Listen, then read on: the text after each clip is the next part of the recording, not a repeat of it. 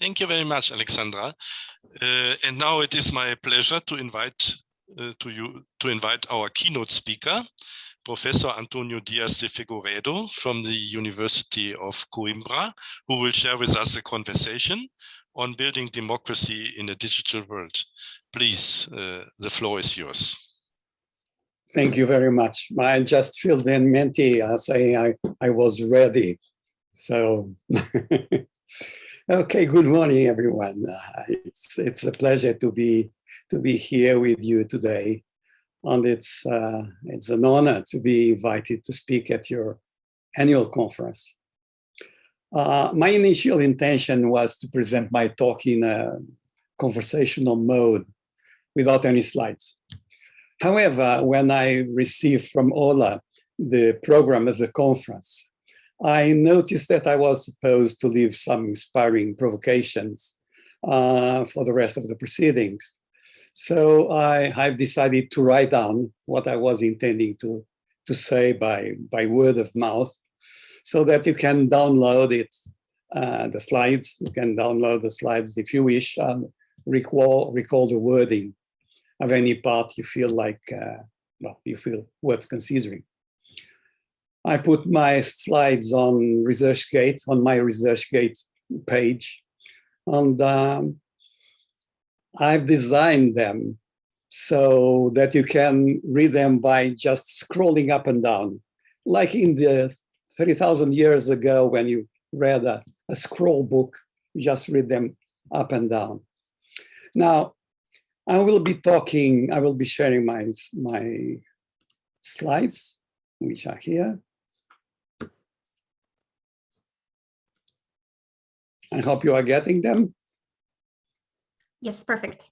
Okay. So I will start to talk about 3 myths and 3 strategic actions I will propose. So the myths are what I call the myth of separation, the myth of digital skills, the myth of the instrument. That's to be provocative. And then I will move into another step, and I'll try to talk about what we should do if we have just 3 things to do. And I would say improve pedagogy, or if you want, andrology, restore dialogue, and empower people. So that's what I'm going to talk about, beginning with the myth of separation. In Western cultures, we value very much separation. That's probably our Cartesian inheritance. And we tend to deny aggregation. We see parts, but we often don't see wholes. We ignore, and we tend to ignore that a whole can very often be more than the sum of the parts. For instance, or just an inspiration, water is composed of hydrogen and oxygen, which are both gases. So how can water be liquid if we are departing from 2 gases? How is water liquid? Well, it is liquid because the liquid state is a property of the whole. It doesn't belong to the parts. It only comes up when you put them together. There are lots of properties in the things in our life that only come up when we build wholes. So if we keep things apart, we will never see the properties of the whole. So if we separate the synchronous from asynchronous, we lose the richness of the whole. If we separate online from offline, we lose the richness of the whole.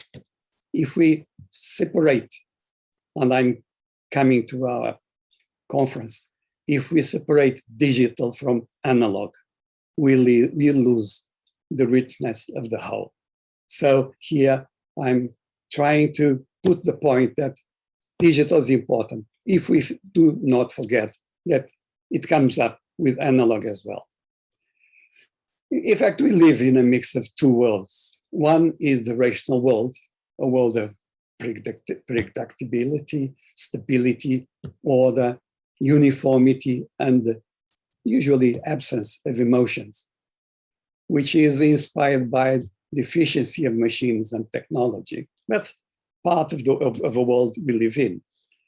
The other world is our relational world, the world of complexity, of uncertainty, of diversity, of emotions, of interdependence, and it is inspired by nature and life. And we both live in both of them, and we must be able to put them together. So why we predominantly prepare our citizens for just a technical world, just a rational world? They will also be living in a relational world. Why are we insisting so much in the technical world? So when we separate the rational from the relational, we lose, and that's my point, we lose the richness of the whole. Now, where does this take us? Well, I think I could move to the other myth. It's the myth of digital skills. In the past, we valued knowledge and we tended to ignore skills. Today, we recognize both, but we seem unable to put them together. Knowledge and skills are both important and they are mutually reinforcing. But usually when we think of one, we don't think of the other, which is a pity. We lose the whole. Knowledge is disciplinary and domain focused. Skills are multidisciplinary and transversal, and they incorporate knowledge, but they incorporate competencies and attitudes and values. And they induce higher order behaviors when applied to problems that are uncertain and complex. Knowledge can be taught, but skills are learned through practice and cultural integration. And we tend to confuse this very often. Sometimes we are trying to teach skills as though they were knowledge. They are very different. They are not developed, skills are not developed by attending subjects or as it is usually done for knowledge, but by participating in complex social practices that develop and consolidate them. So existing digital skills framework don't help much clarifying this distinction. They emphasize taxonomies, as we know, but they fail to make these taxonomies actionable and capable of producing change and generating innovative practice. What I would like to point out, it's not by making the learners comply with lists of skills that we make them learn those skills, that we transform those citizens into free and responsible citizens, that is, as wholes. The essence is not in the parts, the essence is in the whole. So I'm here making an invitation for us to think in terms of wholes, even when learning, even when thinking about people. And I will give an example, which is, of course, familiar to all of us, which is the DIG competence framework. And this is a criticism I make. This is a mild criticism, but it's a suggestion for approval, because DIG Comp insists on training in digital communication and collaboration. So why not just train into communication and collaboration? Why not leave the digital out while spoil the whole, while and concentrate on the part, on the digital part? Because if those who communicate digitally, if we want them to ignore the other part, which is not digital, the higher communication skills, we are losing the whole. If we overly trade, if we forget the traditional communication, analog communication is also important. If we just concentrate on the digital component, we are losing the whole. So why separate?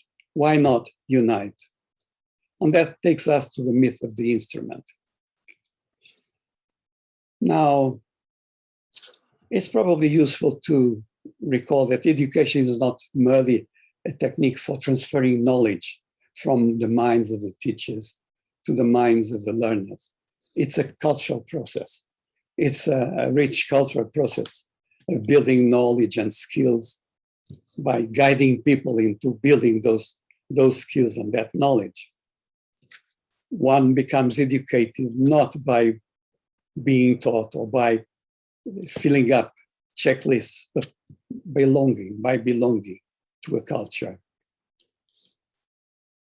So if we want to develop technical or technological skills, we should not use technologies just as mere instruments. We should try to use these technologies, to include these technologies in cultural practice. So when we use just instrumental approaches, we become primitive and superficial. Our ancestors, our cave-dwelling ancestors, remained primitive for millennia, as long as they used their tools and weapons in isolation. They only became visibly civilized when they started incorporating the tools in cultural practices. And that happened when they invented agriculture. What I'm saying here is that we don't teach technology by teaching Excel or teaching Word or teaching this or that application. We teach technology. In fact, we teach anything by incorporating that anything in cultural practices. That's a cultural practices that takes us to knowledge and skills. So our citizens will be culturally and technologically limited if we insist on training them just for instrumental or for an instrumental application of technologies, instead of encouraging them to use or to incorporate the use of the technologies into their daily cultural practices. So to belong, cultural belonging in a democratic digital world, we must first, in my mind, improve pedagogy and restore dialogue. And that takes me to the second part. We will also need to empower the people. Now, the second part will be exactly improving pedagogy or andragogy, restoring dialogue and empowering people. Now, improving pedagogy. We must recognize that the education of the citizens for all the challenges of our world is becoming more and more difficult. Today, it includes developing skills. A few years ago, we just needed to be concerned about teaching knowledge. Now, any teacher, any trainer needs to develop skills. And any teacher and any trainer also needs to learn to manage the educational dynamics and moving from face-to-face to online, from online to face and back and forth. People need now today, teachers and trainers need to learn that as well. And it also requires that they have a very great intimacy with the advanced technologies. Not all people have this intimacy. Ongoing adaptability to the complexity and absurdity of our times. And most teachers and trainers are not qualified to perform these functions. So they must adapt constantly to the evolution of technologies. And they must become fluent in what I call new generation technologies. What are new generations technologies? I'm going to give you a map. I've been working for the last 3 or 4 years on a map of the new generation technologies. They're the ones that we have been invented in the last 30, not improved in the last 30 or 40 years, and that we tend to forget. Because of their novelty, and many of them are still research in progress, they are poorly organized in the literature.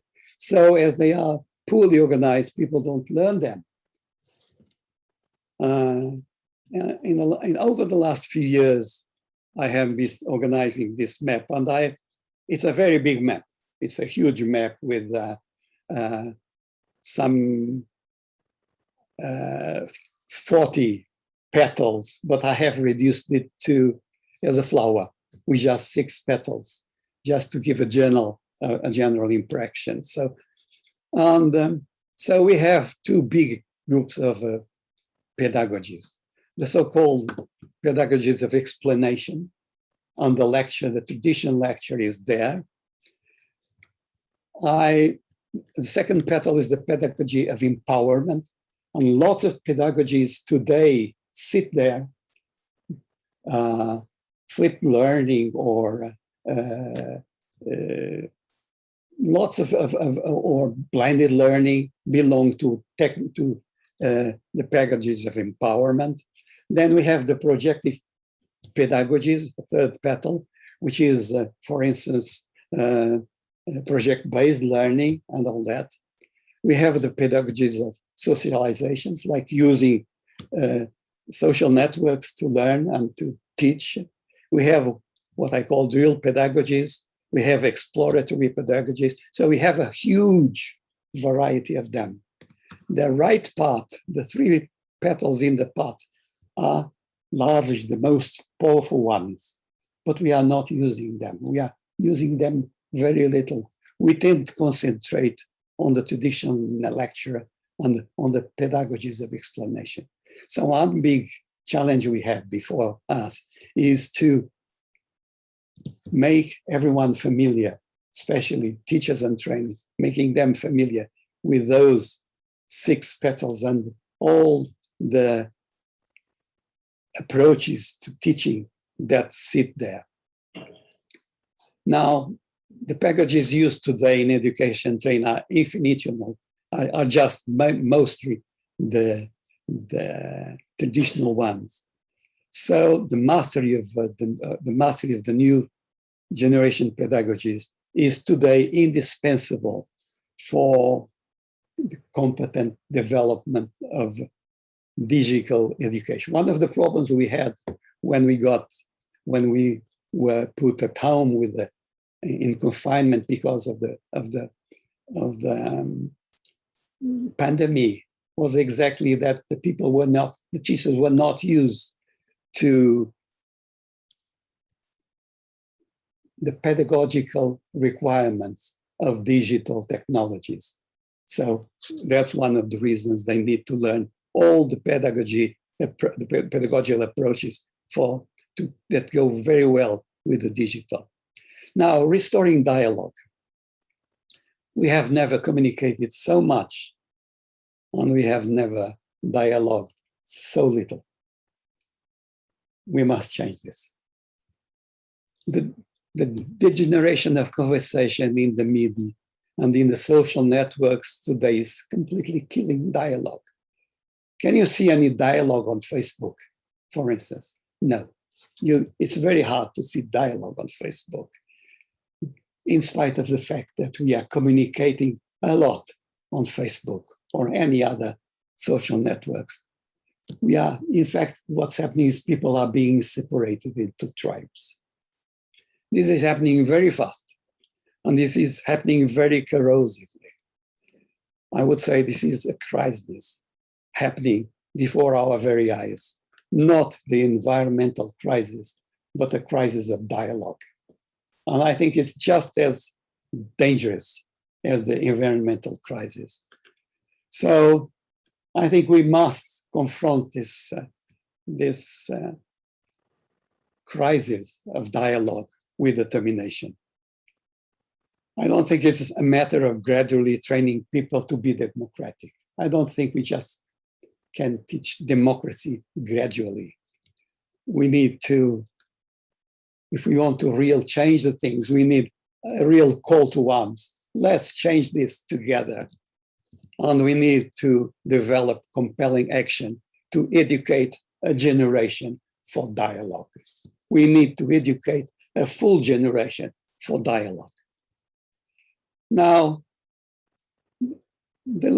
my last strategic action, I think, is empowering people. We spoke earlier of the rational and relational visions of the world. What vision are we going to adopt for education? Or I hope we adopt both, but what is the motive? Which one is the most important?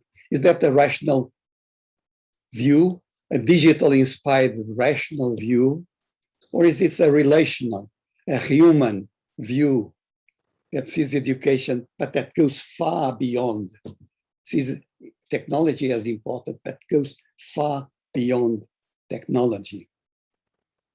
Maybe you remember 20 years ago, 25 years ago, in fact, 22, it was in 1999. Edgar Morin advocated a relational school, and he wanted a fragmented, he wanted this school, this relational school, to put the fragmented knowledge of, and skills together to make wholes with this knowledge and skills and interconnect them. And he said, if you want real education, put them together, connect all the fragments of knowledge so that we can respond to the human condition, we can respond to the identity of the planet, we can respond to the recognition of uncertainty, to the needs of mutual understanding, to the ethical imperative. He wanted us to also put our strength on the relational schools. The rational world disregards these details. It's inspired by technology, and you cannot waste time with those details. When faced with human problems, what does the rational world do when faced with human problems? It builds algorithm formulations. And in those algorithm formulations, the social and the ethical variables, which cannot be formulated mathematically, are dismissed as negligible. Since you cannot measure social aspects, since you cannot measure ethical variables, now in that case, if you can't measure, you just assume they are negligible. And that's what happens more and more often in our rational world. So what happens when these variables are removed? They remove the human, the social, and the ethical dimensions. So when the algorithm and the data models of our digital world are built this way, they leave out the most fragile populations and favor the privileged. So this is algorithmic injustice. It's becoming one of the hot topics of the time, because we are allowing a lot of algorithmic injustice to be generated. And we are allowing it because we are allowing the whole to be broken. We are allowing, we are in fact pushing, in many cases, we are pushing the people we are teaching into a rational world, and we are removing them from the relational world where they also belong. So do we want to be governed by technological geniuses who are indifferent to ethics, to human values, and to the social complexity of today's world? Do we want to put the power of our future in a crowd of computer programs, data scientists, and algorithm developers who are sorcerers' apprentices with no cultural thicknesses and value references, to let them protect themselves and thus from their own creations? Do you want, this is the world when we say we need to prepare them for the digital? Is this the preparation we want to give them, to prepare them for this kind of world?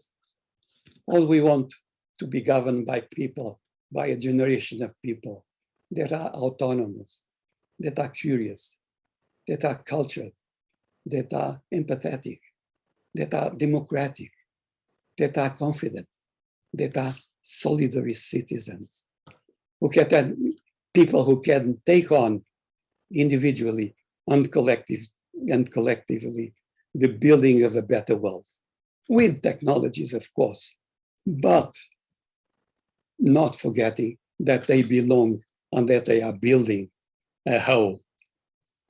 So, in conclusion, I synthesize these conclusions in 5 points. Embrace allness, allness of knowledge, allness of knowledge and skills, allness of worldviews, wellness of people in their personal development. We must develop whole people and foster a culture of learning rather than approach technologies instrumentally.